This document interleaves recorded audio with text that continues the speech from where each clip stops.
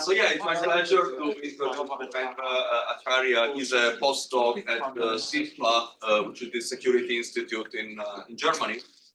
And so he will tell us about a number of projects on studying scams and different types of attacks on social media platforms. Go ahead. Can you ask questions in the middle, or would you like us to wait till the end? I welcome question at any time. So if, let's say, if down the road something doesn't make sense, then please feel free to open question. Thank you, everyone. Thanks a lot for coming here. Beautiful campus. This is my first time here in Boston. Lovely area and a lot of things to do on. So, as Professor mentioned, I am Postdoctoral at CISPA. Today I'll be talking on the empirical study of scams and attacks on media platforms. Which is more or less I kind of work in these areas, how different scams and attacks are happening in social media platforms. Let's begin. Social media has become an integral part of our life. We use social media for various purposes, such as connecting with our friends, family, sharing the single interest, even in educational purposes, such as online learning experiences, entertainment, and much more.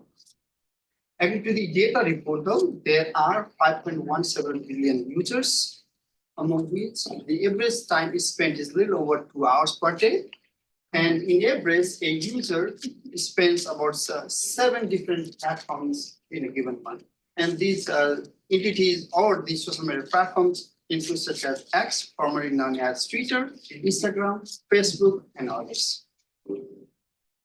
As we all know, there are lots of users using social media platforms. This has also lured scammers or fraudsters to perform various social media tricks on these social media platforms. According to the FTC, the report between January 2021 to 2023, the fraud originating on social media platforms was found highest among us. Website, phone calls, emails, and the total fraud was over $2.7 billion. And I would like to take a point here that these are only the reported ones, on accounting for those which have not been reported. And these scammers are the fraudsters perform various social media tricks. These tricks are not limited to such as the urgent messages. You may actually receive some urgent messages mimicking or impersonating by some scammers as your close friends, family, via an account created on Real. And you may actually sometimes receive a eager connection. Somebody you may have just met online and want to establish some forms of connections, could be in forms of romance, friendship, and others. Fraudulent donations. You may be willing to help some community or any events that may have occurred in the society or communities, and some of the targets are related to asking gift card, cryptocurrency, or other forms of payment support such causes. Tech support. Although fake technical support has been prevalent in one phase previously, and it is still there, lately malicious actors have been targeting toward the social media users, where users are facing some forms of issues. Let's take an example. Let's say if you have an issue with an Amazon account or any other platform, you may be willing to ask questions via social media platforms, and those targets are part of the impersonation attack that malicious actors do. And fraudulent investment. People who are looking to get rich quick sooner, or any forms of investment with zero or no risk at all are being targeted by these fraudulent accounts. And these are only some of the examples. Although these scams and fraudulent activity has been little above a decade now, there still remains a lot of challenges in studying such fraudulent activities. And I would like to talk about a few such challenges and see how can we address some of those as part of today's talk. The first challenge is the data access. Second is emerging evolving threats. And third is sophisticated operandi that scammers can perform. Let's start with data access. One of the things as a researcher, personally, I have and colleagues and sure we have also similar platform restrictions on data sharing. Social media are not widely open in data sharing, and some of the examples relates X disabled the recent on the research API, and it's so expensive to even to purchase for an account related data access with a limited fund already as an academic. Second, collaboration gap. Although we as an academics are always looking for a collaboration with social media platforms, not always social media platforms are willing to work with us. And there are several challenges because of such. First thing is that social media may actually find a reputation risk. And there often leads into sometimes a lengthy NDAs and going through the several chains. And not to mention, there could be a conflict of interest. Some of the projects or research interests that we are working on might be a conflict of interest with them. And from a researcher's perspective, since there is a gap and disclosure has been kind of hard part for us involving this as well as similar other projects or research areas, we often omit disclosure. We often have to omit because of a similar reasons. And sometimes data sharing has been pretty hard. Let's take an example. If we work in scam and fraudulent activities, publicly data sharing can lead into potential distribution attacks, which basically means that if you release some data related to scammers or fraudulent accounts, there's a chance that somebody may actually try to perform some distribution attacks, which has been known cases in some of the university professors as well. Now, the privacy regulations and policies, including such as GDPR, sometimes getting access to the data can be a little harder and can take several months when the scams or some operations are very limited. Those can prevent in any forms of data that you want to analyze. So on. With those challenges, there is also additional challenges such as emergent evolving threats. Scams and fraudulent activities are always evolving with respect to the times, and they are always changing. For example, such evolving are beyond the classical attacks, such as the impersonation, squatting profile, and performing various other social engineering attacks. Rise of generative AI. We all know we are in the era of generative AI. And it has become harder to detect fake and real profiles, especially fake news, paid account, impersonating account, fake NFTs, and much more other different variations of scams that relate to automated bot and behavior. Lifespan.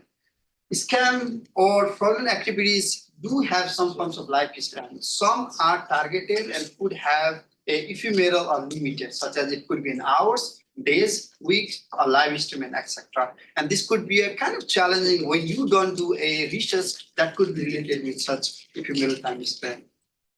And not to mention, the guarding techniques what we have are mostly reactive, and the proactive has not been efficient enough, unless if it was efficient, we would not be better. So in the reactive, what happens is that there will be some forms of already known criteria or seeds, and based on those seeds, you try to prevent any ongoing attacks. But the proactive detection is requires that you already establish some forms of known techniques that may be applicable to a wide range of scams and fraudulent activity. Now, with generative AI and all other variations of scams and other tricks that the scammers are performing, they are always one step ahead. And the third one, modus operandi. The way the scammer perform is still unknown in a lot of criteria and may actually vary from case to case. So for example, scammers or fraudsters maintain low visibility. They try to maintain the low visibility of social media platforms, not displaying too much information. So what does that mean is if we were to study about a given profile, the profile doesn't have adequate information, it's hard to label whether a given profile is a scam or not. Second, scam and outreach chaining. And this has been more frequent than ever. What happens is that when scammers operate, they operate in some chain, which means that a scam that originates from one platform may not end in that platform, but it could be operating in other platforms, which I'll talk down the road how the scam chaining may actually apply. For example, the scammer may ask you to start as one platform and they take you to other platform and kind of rotating around here and there before the final scams and operations. Now, implementing a reporting mechanics. And scammer has been quite good in the way what they have been doing. All they have to find is few loopholes this detection are not able to find, right? So where the evading and thwarting mechanics come in. On the multilingual part, a lot of the scams or attacks are variants beyond the English. And it could be taken with the perspective such as the efficacy is lower in finding any scams that are distributed in non-English languages, such as it could be a mix of the code words or any other variations. And the regional part. One thing that I have seen is that social media or we as a researcher have been biased in studying different company scams as well. We sometimes overlook or mostly overlook into the cases that are targeted towards the regions that are more popular and actually leaving as an underlook toward the cases where the regions could be less number of scams and so on. But that doesn't mean that it's not important. For example, you may have a small credit union bank, which could be only part of any students or faculties or lesser number of people. That doesn't mean that it is a lesser value.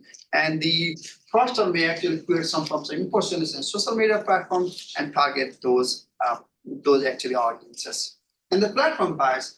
One of the things that you may actually know is that some of the platforms do vary in terms of different scams, blocking, as well as some violations may actually differ.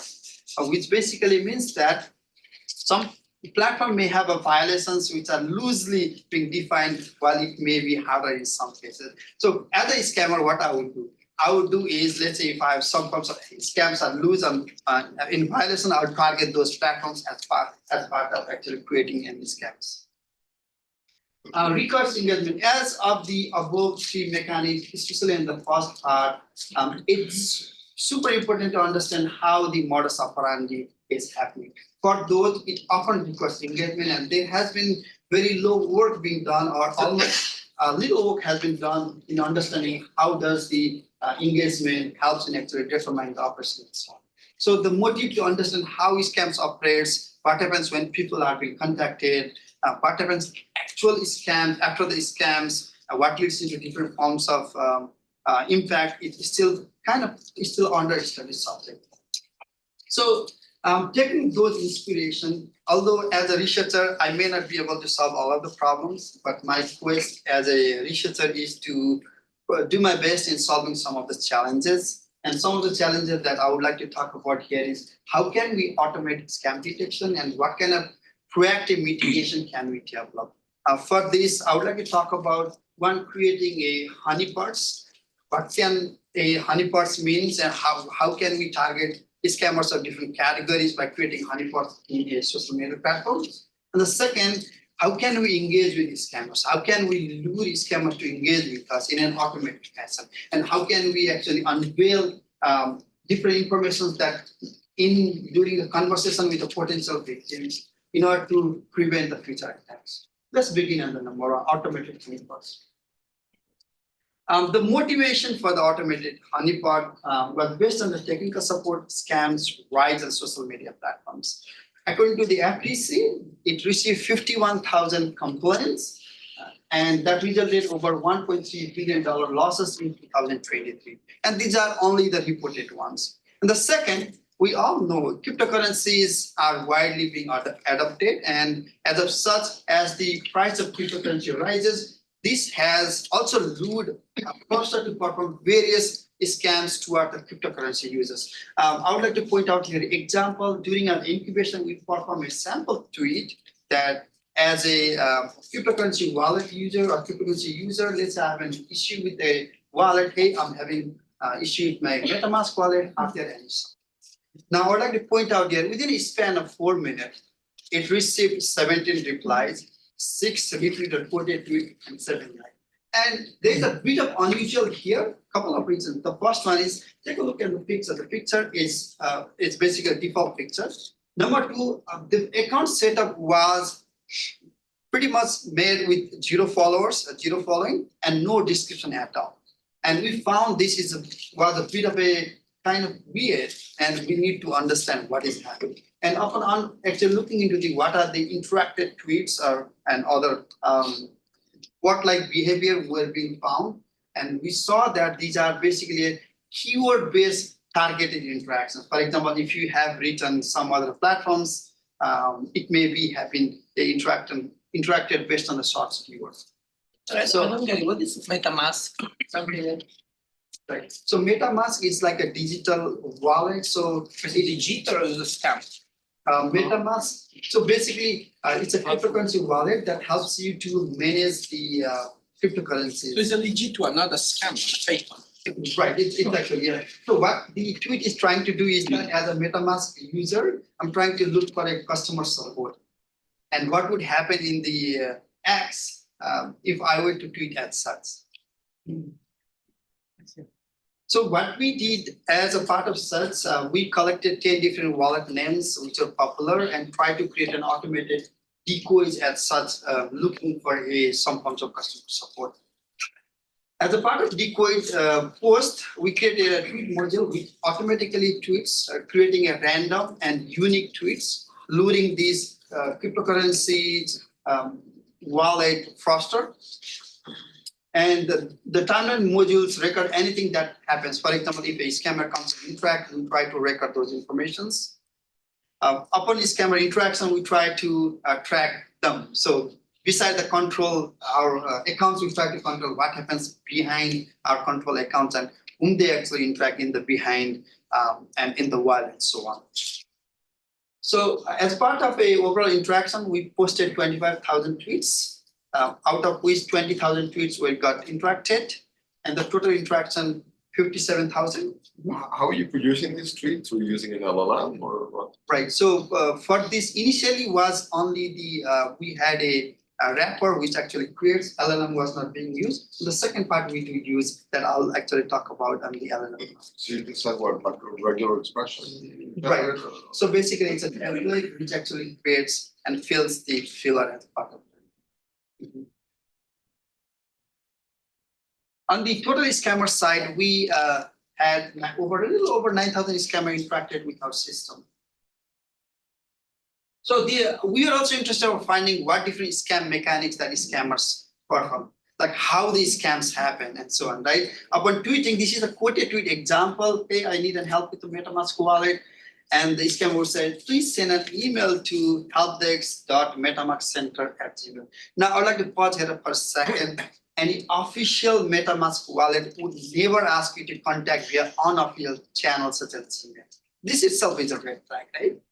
And the second, we're also interested about finding beyond this, the email. And we saw that some of these scammers would actually say, hey, contact us through this URL, external URL, which may actually lead into providing some forms of a sensitive information release. In this example, you are looking at a scammer asking you to contact via Google Forms. Upon visiting a Google Forms, we saw that it's a MetaMask complaint form, right? Which asks you to enter the informations, such as email addresses, what issue are you having. Then the part here is really shocking is that they ask you your private key phrase. So what happens in the cryptocurrency is if you lose your private key phrase or somebody has an access to your private key phrase, it means he or she may be able to drain your wallet. And basically your money or the amount is gone. So on the third mechanic that is scammer perform, they try to pivot you from a originating social media to another. So this is one of the mechanics they use as part of thwarting and evading the social medias where the actual scam may take place, right? On this example, you can see that scammer is asking, hey, contact us through Instagram. We are also curious about finding how scammer try to build a credibility, such as how do they characterize themselves. An example such as is they would try to represent as an official support. An example would be Coinbase support. And we also saw scammers targeting to specific audiences. In this example, you see a scammer is trying to target a male audiences through a glamorous picture. And I would like to point out here a fact is that fraudster often maintain a low profile, which means it's harder to detect whether it's a scam or not. Now, based on this first, the second part of the work is motivated that fraudster perform a low profile. How can we actually know the modus operandi beyond the originating one, right? And the second part is talking about how can we use LLM as such to interact with the scammers. On the second part, it has a tweet module which has a configurable tweet forms of different scams that you can target. It generates a scam baiting decoys where the scammer interacts. Before we ensuring that our chat module actually chat with those scammers, we ensure benign accounts and other non-interested accounts are being filtered. And our chat module is backed up with the persona setup using LLMs. And we perform interactions, and what happens behind the scene, we try to record. For example, our main motive here is that we, as an LLM person, I try to set up like, hey, I'm having an issue with my some accounts, and help me. And if scammer actually says that, sure, I can help you, you can actually pay me or do this activity, visit here and pay amount. We try to record all those information. The idea here is to collaborate later and share this information to the related entities so that we can prevent future attacks. So as part of configure decoys, I would like to present two examples here. The first part is an account recovery. Hey, I needed help with my Gmail account that's being actually locked. The second example is the same that you saw before. One of the wallets of the Exodus wallet, a user having an issue with the Exodus wallet. It's one of the cryptocurrency wallet. On the configure decoy, it's a chat persona that you use for an LLMs, where LLM persona is said like, hey, you are a 65-year-old, recently using cryptocurrency, encountered some issues. You are not to share the wallet address unless specifically used. So some of the rules are defined based on the ERB approval. You may actually see why some of the context, right? So you may not actually share unless being asked. This is bogus private key phrases. And then you randomly pick one of the 10 wallets that on the config part we actually selected. And initially when scammers or the fraudster asks as part of assistance to provide costs, willing to pay that amount. One of the reasons that we specifically said to pay via PayPal is because our ongoing collaboration with PayPal, and it becomes easier to get internal analytics, right?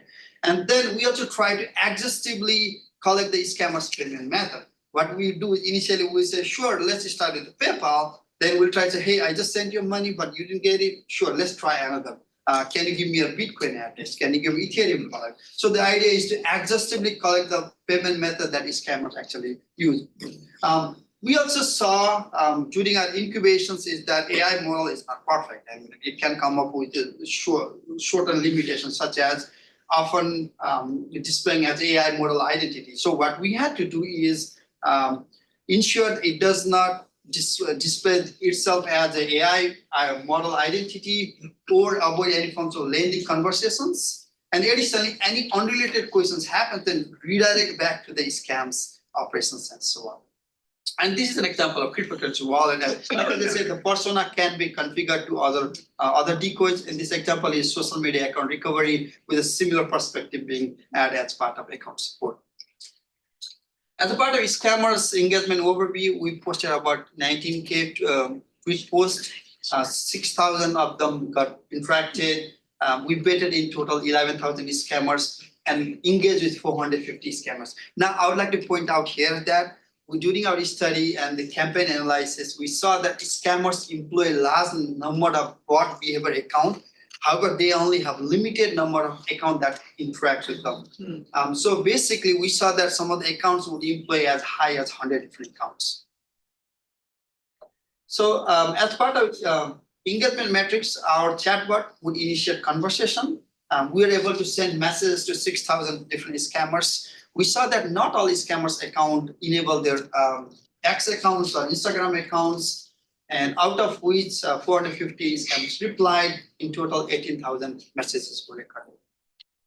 So few things we were also interested, which I would like to talk about is scammers response time. How fast do scammer respond to potential victims after initial contact? We saw that for email, it was roughly half an hour. And it was because we saw that scammers often have a template to reply, which will fill up with the names. If you send your cryptocurrency address, it's going to say, hey, you have actually given a wrong address or bogus. Some of them are smart, but not all of them. And it's more of a pre-filler as part of reply. And the second part for the Instagram, we saw about an hour. And for the X, we saw about a little over 2 days. In total, the median was about 2 hours, and the 19th percentile, it was a little over 9 days. And the second part, we are also interested in finding scammers' total engagement time. It is to understand how long do scammers engage with the potential victim before they give up. So at the end of the day, they are in payroll or some time constraint, right? And they would want to potentially get money out of you, but there are certain time limits they would go through before actually they disengage with you. So for this, we saw that scammer would actually only engage at the median time of 18. For the Instagram it was an hour, and for X it was a little over 1 day. Overall it was an hour, and with the 90th percentile being 6 days.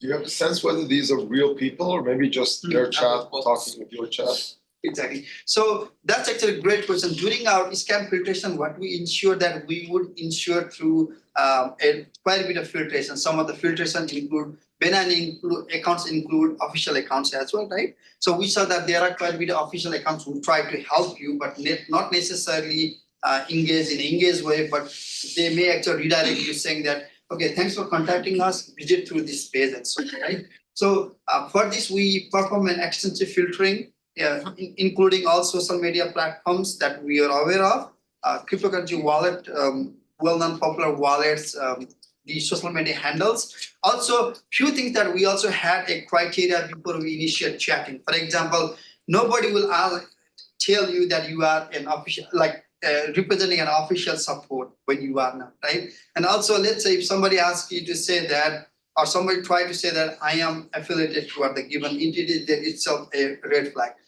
And also in the helping part, we also ensure that we do not offer any money in the beginning, but when a scammer try to offer for some money, we try to have some forms of check that what is the reasoning. So reasoning has to be made. When we provide a bogus address and somebody is making a fake reasoning such as a scammer would say, hey, your account is being willed or kind of in a mode that it's a jam, we have to buy a software so that it can unjam you. So these are fake reasons. Just use heuristics. Exactly, heuristic, exactly. Do you have any truth data? Absolutely, we have a paper which I am about to actually put in the archive in next couple of weeks, and this paper is right now at Usenix in review. So as for the scammer total engagement, we do see a long tail. Some of the long tail were in between 20 to 90 days, and the scammer would try to actually engage with you saying, hey, have you solved your problem with your PayPal? Were you able to send money? Do you still need help? And other forms of similar activities, they are trying to be persistent about getting out of you. So one of the takeaway here is that systems such as scam chatbot helps to reveal persistence operandi of scammers. We are also curious about our system LLM chatting with the scammers LLM. So for this, what we did was we checked the text scores of using multiple tools like AI text score and see with the rise of AI and sophisticated ML tools, are scammer already using similar forms of tools? We saw that for Instagram, it was mean score of 0.01, for X, it was 0.09, and for email, it was 0.0. So I would like to highlight here is that for email, it was higher because they use a template base. They use some forms of LLM to create an email, where for the chat base, they hardly actually had that. And because of that, it actually had a higher score rating. Based on our analysis, we did not see any scammer engaging with any forms of LLM. However, we may have performed an interaction that would not be a part of any scam that had already been using an LLM. So, including this project and other projects, we often collaborate with social media platforms to ensure the scam validations and see what kind of future attacks can we prevent. For example, we shared about 22,000 different PayPal accounts with PayPal, cryptocurrency abuse database chain abuse with 350 cryptocurrency addresses. With the X, we submitted a little over 250,000 accounts, and we seek their internal analysis as part of what forms of scams are ongoing.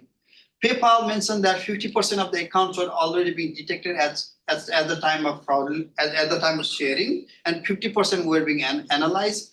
These were linked with the various forms of fraud topology beyond technical support scams, such as the collision attack, fake identity, and much more. Also, On the chain abuse side, we saw the incoming volume of 25 million USD dollar. Disclaimer: not all of these incoming transaction may be a scam related potential victim, right? But we suspect that large number of accounts are large number of transactions are already related to the scams. And a lot of the transaction also did so nature of the red flags, such as nature exchanges, deposit via crypto ATMs, such as scammer would try to ask victims, such as you go to some kiosk or crypto ATM and deposit money for us. And on X side, we received 80% of the account were already related to the abuse category, and 20% were being analyzed. And we hope our data set acts as a seed for them to identify some of the cases that were not identified. We suspect that 20% of the X and 50% of the PayPal are already missing such scams categories. Among the 80% of the data we shared with X confirmed that 3 million of the accounts were already interlinked with such. And they were involved in various forms of scam categories, such as spam, brand impersonation, and bot behavior. Did they know about them already and just hadn't done anything with it? Or they looked at your data and then looked at them and came back and said, yeah, you're right? Right. So on the first case, they already took an action on the 50% of them. But the remaining 50%, they were already inquiring to whether they can take an action. And in the case of Twitter or X? Yes, on the Twitter was also similar. They were already taking some forms of actions, or they were already being blocked at the time. However, the remaining 20% is more of an efficacy side, I would say. Like they were not efficient enough in detecting such scams. Thanks. So I also see that although there has been gap, I strongly think that a collaboration as such, industry partners as well as an academics really helps to prevent future attacks. As part of future research, me and our groups have been studying few projects. The first project is using LLM with the phone. So how can we chat with this scam? How can we actually perform conversation with these scammers? We're also looking at automated videos such as the LLM video and the deepfake. And you may have already heard that there are already ongoing attacks as such. We'd like to actually explore such examples. And I would like to also point out the fact here is that our study of scams has been more of a towards the context in the bias, right? Like as I mentioned, I think it's about the time that we explore scams studies or the fraudulent activity beyond the popular regions. With that, I would like to thank you all for your time. Thank you so much for having me in your beautiful campus. Yeah, with that, I would like to open for any questions.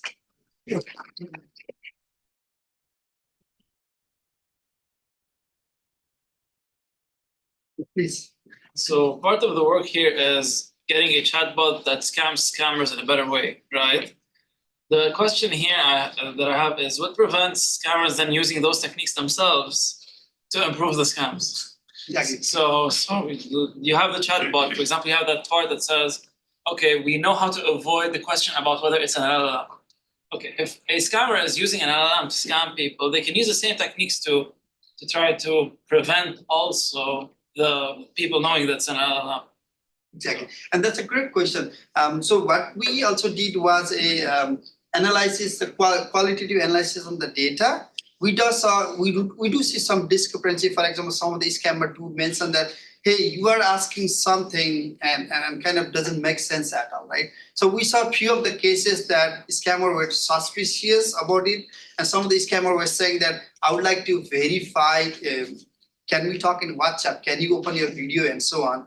And making a fake reasoning multiple times, it's already suspicious. So that also becomes a suspicious LLM. Going back to your question about scammers may have already used, I agree with you. I think there could be a scenario they may have used, but as part as our study on the scam type, we may have missed on the other type that may have been prevalent.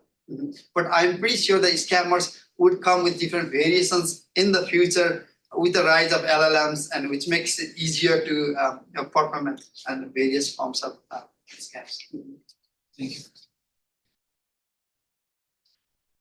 So have you detected any instances of scammers like detecting that you're using a chatbot to interact with them?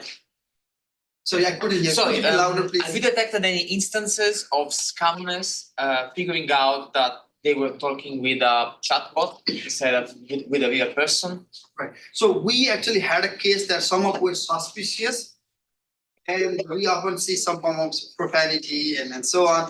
But yeah, so leaving that aside, there were not such cases as part of saying that you are an AI model, because we explicitly during our incubation we chatted with our own model to see that even makes sense. Some of the cases we saw quite a bit of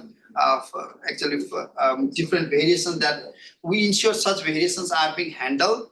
But I think some of them were suspicious. Like one of the example I mentioned is that not trying to actually share a screenshot. It's itself a kind of like a suspicious, right? If you say that you have a problem with a Gmail account and you don't want to share a screenshot, okay, then why are you even coming to get and help? Some of the scammers actually said that, like, you don't want to give it to me, the information that I asked, why are you even here? And maybe you are not who you are, and that itself raises a lot of flags. And I think it could be improved with potentially some of the image generation techniques that could be embedded.